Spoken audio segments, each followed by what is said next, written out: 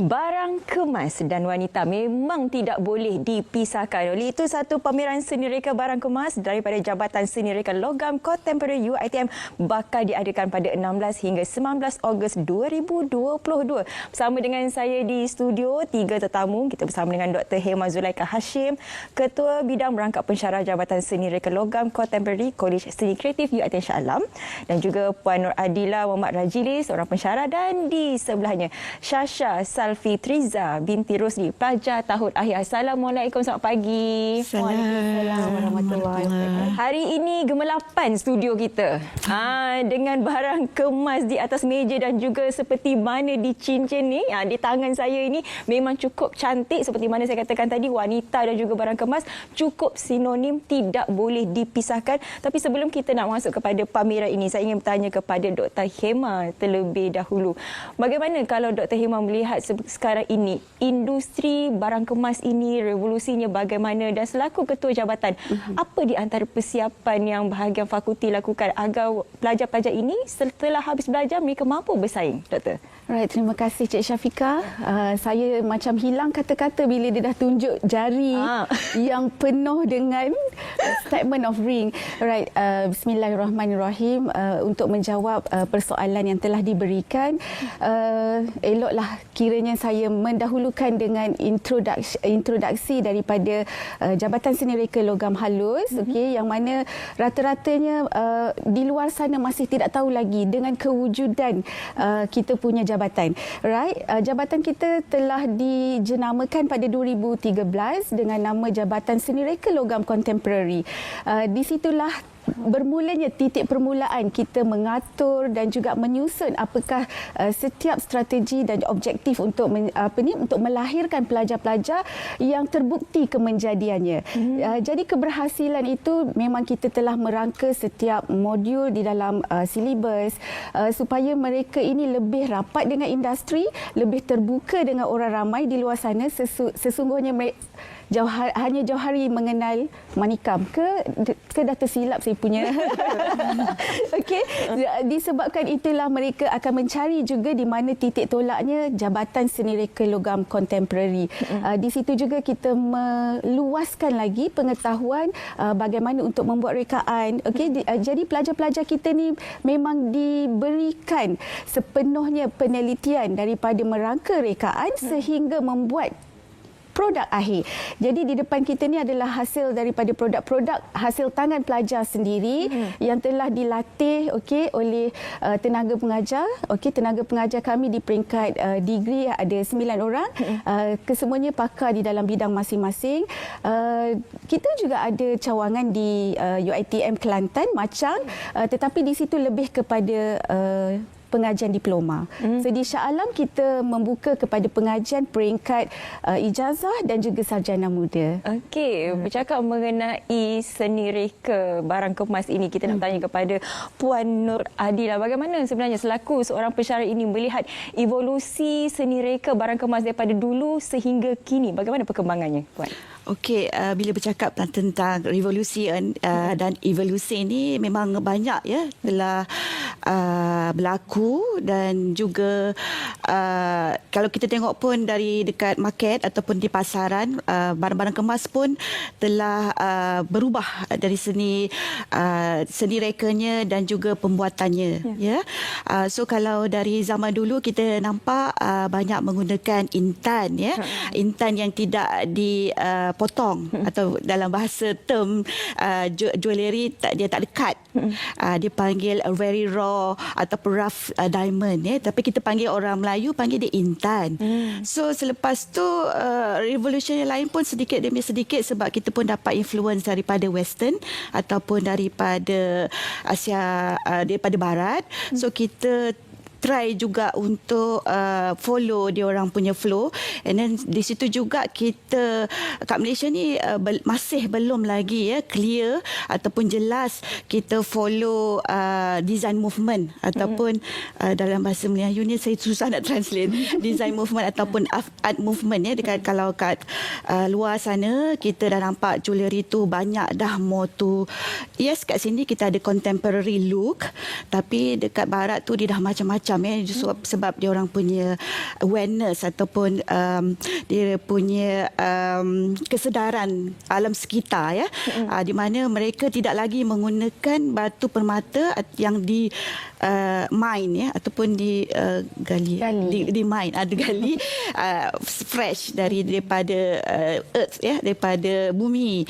So mereka pakai balik, berlakunya recycle dekat situlah. Tetapi berbalik kepada Malaysia punya, kita dah nampak ya banyak perubahan berlaku. Dan kalau kita tengok contohnya dekat Shah Alam sendiri ya, dahulu 3 tahun lepas sebelum PKP, terutamanya kalau tengok dekat kawasan Jekyll tu, apa yang kita nampak? Kedai baju, kedai pakaian, tudung kan? Betul. Tapi sekarang berubah. Ya. Kalau saya roughly calculate kedai emas yang dah ada kat situ, dekat Shah Alam saja saya tujuh, Jekyll tu dah ada lebih 10 kedai emas. Betul. Kedai makan pun dah tutup. Tukar kedai emas. Ya. Kat situ saya nampak revolusinya kat situ, dan sangat jelas dah. Dan juga kat sini kita orang Melayu especially, kita banyak dalam segi rekaan tu, kita banyak dah berlaku ya, diberi nama ya, dibrandingkannya. Contohnya macam pulut dakap, boba. Sebab kita orang Melayu ni, kita suka interpret sesuatu benda tu kan. Kita nampak benda tu, okey, kita interpret. Tetapi asalnya tidaklah sebegitu. Asalnya mungkin mereka tersebut ada dia punya jalan ceritanya sendiri. Tetapi sebabnya bila jadi begitu, dia akan jadi trending. Trending, ramailah orang beratur di kedai emas. Saya setuju seperti mana Puan katakan tadi. Memang ibarat cendawan tumbuh selepas hujan. Rata-rata kita dah boleh lihat kedai emas ni dibuka. Begitu sinonimnya emas sekarang ni dengan masyarakat Malaysia, sebab ialah selain daripada dipakai, ia juga boleh dijadikan pelaburan. Sebab itulah emas semakin mendapat perhatian keluarga Malaysia. Okey, hari ini kita nak memberi tumpuan kepada pameran seni reka barang kemas daripada Jabatan Seni Reka Logam Kontemporari ini. Kita bersama dengan Shasha, pelajar tahun akhir. Mungkin boleh perjelaskan latar belakang mengenai projek ni. Projek ni yang untuk exhibition yang Wanderers punya team tu akan menunjukkan pameran produk yang dihasilkan oleh pelajar tahun akhir yang akan mempamerkan jewellery dan juga metal smithing, dan akan tim yang di dalam tu produk tu akan dihasilkan dengan tema Malay proverb, new direction, and satu lagi fantasy. Kalau kita boleh lihat, pameran ini bermula daripada 16 hingga 19 Ogos 2022. Jika boleh dikongsikan apa di antara program ataupun aktiviti yang dirangka sepanjang program ini berlangsung. Aktiviti tu akan tunjuklah, maknanya akan menjemput company-company luar, masyarakat, pelajar sekolah, and semualah maksudnya boleh hadir untuk tengok pameran tu. Okey, Puan, saya nak bertanya jugalah, bagaimana sebenarnya, kita faham ini merupakan antara projek akhir untuk pelajar ini. Bagaimana projek akhir ini sebenarnya boleh mempersiapkan lagi pelajar ini untuk bersaing di luar sana, Puan? Alright, untuk kita nampak ataupun menyusun langkah pelajar-pelajar kita apabila mereka graduate nanti, apabila mereka habis belajar nanti, selama 3 tahun mereka di peringkat ijazah ni, kita dah susun dah. Pada tahun pertama, jiwa tak kental, tak boleh kenal apa itu logam kontemporari.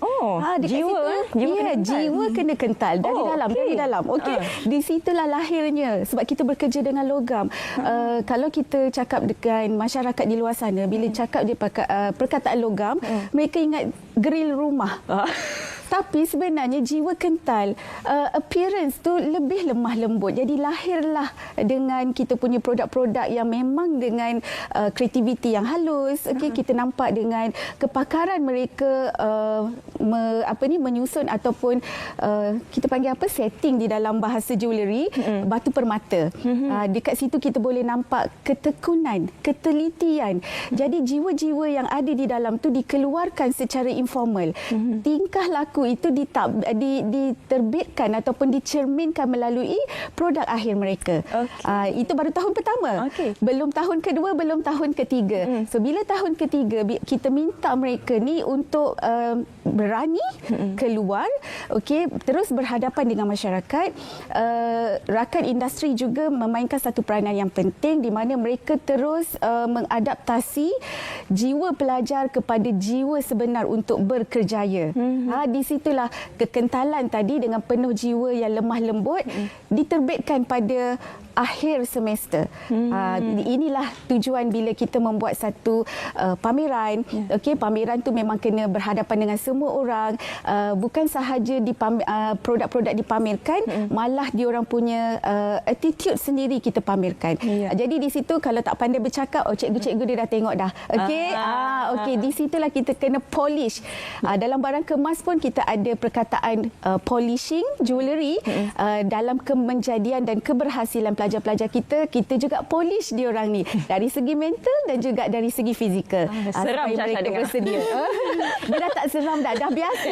Dah immune. Okey, itu antara objektif daripada pihak fakulti sendiri. Sebelaku pelajar yang bakal mengendalikan pameran ini, apa di antara objektif dan juga matlamat yang ingin dicapai? Satu tu untuk mempromosikan kos ni, maknanya kos ni pernah wujud. Maksudnya UiTM salah satulah yang mewujudkan kos logam contemporary ni. And satu lagi untuk untuk mengendahkan student. Yes. Untuk menunjukkan yang maknanya student pun boleh buat benda ni. Macam mana benda ni boleh dihasilkan lah. Maksudnya produk ni boleh dihasilkan. Kalau boleh kongsikan juga di hadapan ni, selain daripada cincin yang saya pakai ni, di hadapan ni ada juga barang-barang perhiasan yang dibawa oleh pihak fakulti. Mungkin Syasha boleh terangkan, adakah ini juga akan dipamerkan sewaktu program tersebut? Nanti akan ada, kalau set contohnya akan ada necklace, akan ada ring, akan ada bracelet ataupun bangle. Kalau Matters Meeting pula, yang kalau tableware akan ada vase, akan ada teapot. Macam itulah. Macam ni motif dia bagaimana? Motif dia pula dia akan mengikut subjek matter. Contohnya kalau subjek matter tu ambil bunga, contohnya bunga raya lah. Kalau bunga raya maknanya akan adalah elemen-elemen bunga raya, karakteristik dia dalam tu. Kita nak bertanya juga kepada pensyarahnya sendiri. Kali ini merupakan projek akhir untuk pelajar-pelajar ini. Apa di antara kriteria? Kita nak tanya jugalah kriteria dari segi penilaian dan juga apa sebenarnya harapan daripada Puan sendiri selaku pensyarah kepada mereka. Okey, kriteria dia memang kita dah set dan student pun aware, dah tahu. Okey, selain daripada sebelum mereka start berkarya, pelajar akan mengendalikan kajian, ya. Kajian tu terutama sekali kepada pasaran dan kajian kepada pengguna. Okey. So di situ pelajar akan mencari idea dan juga mencari mungkin ada problem solving juga di situ, dan juga mungkin ada juga new design yang dihasilkan mengikut interest ataupun research interest masing-masing. Dan di situ juga mereka mengenal pasti mereka punya consumer ataupun user, ya. Dan kriterianya adalah kalau ikutkan banyak, tapi saya mention ada 5 je lah kriteria di sini. Contohnya jewellery yang dihasilkan tu mestilah kalau bahasa Inggerisnya fitness to the purpose. Maksudnya dia kena meet the purpose, menepati kehendak projek lah. Contohnya macam kalau kita tengok yang ini pending kan. Pending ni biasanya dia adalah dipakai di tali pinggang, untuk fasten kita punya tu. So maksudnya itu ada purpose dia. Purpose-nya maksud dia untuk fasten ataupun kerongsang untuk fasten atau semat baju kebaya. Dan juga lagi satu adalah dari segi personal decorative ataupun personal endowment atau perhiasan diri sendiri, di mana macam seperti necklace, earring, ring, ya. So dia tak ada purpose. So dia purpose dia untuk menghias saja. Kalau tadi compare to brooch and kerongsang, dia untuk semat baju kita atau pending tadilah. Okey. So ada banyak lagi sebenarnya kriteria yang akan dinilai untuk pameran ini. Kita nak tanya terakhir sekali untuk Syasha, mungkin boleh wawarkan kepada penonton Selamat Pagi Malaysia mengenai pameran ini, bila ke tarikhnya dan juga bagaimana untuk ke pameran ini. Okey, nanti pameran ni akan diadakan 16 hingga 19 Ogos. And untuk kat pameran tu, location dia dekat CMT, iaitu Creative Media Technology UiTM Shah Alam. And tema dia adalah Wondrous lah tajuknya untuk pameran tu. Jadi ianya terbuka kepada orang ramai untuk datang berkunjung. Semua dibuka. Semua dibuka. Sekolah boleh, masyarakat biasa boleh, and company-company lain. Okey, jadi kepada anda yang berminat untuk melihat hasil karya seni daripada pelajar-pelajar daripada fakulti ataupun Jabatan Seni Reka Logam Kontemporari UiTM ni, bolehlah bersama-sama dengan mereka pada 16 hingga 19 Ogos 2022. Boleh lihat cincin yang cantik seperti saya pakai sekarang ni. Baik, terima kasih saya nak ucapkan kepada Dr. Hema Zulaikha Hashim dan Puan Nur Adila Muhammad Rajili dan juga Syasha kerana sudi bersama dengan kita untuk berkongsi mengenai pameran seni reka barang kemas Jabatan Seni Reka Logam Kontemporari UiTM. Baik, kita nak berehat seketika, jangan ke mana, kembali semula bersama dengan kami dalam Selamat Pagi Malaysia.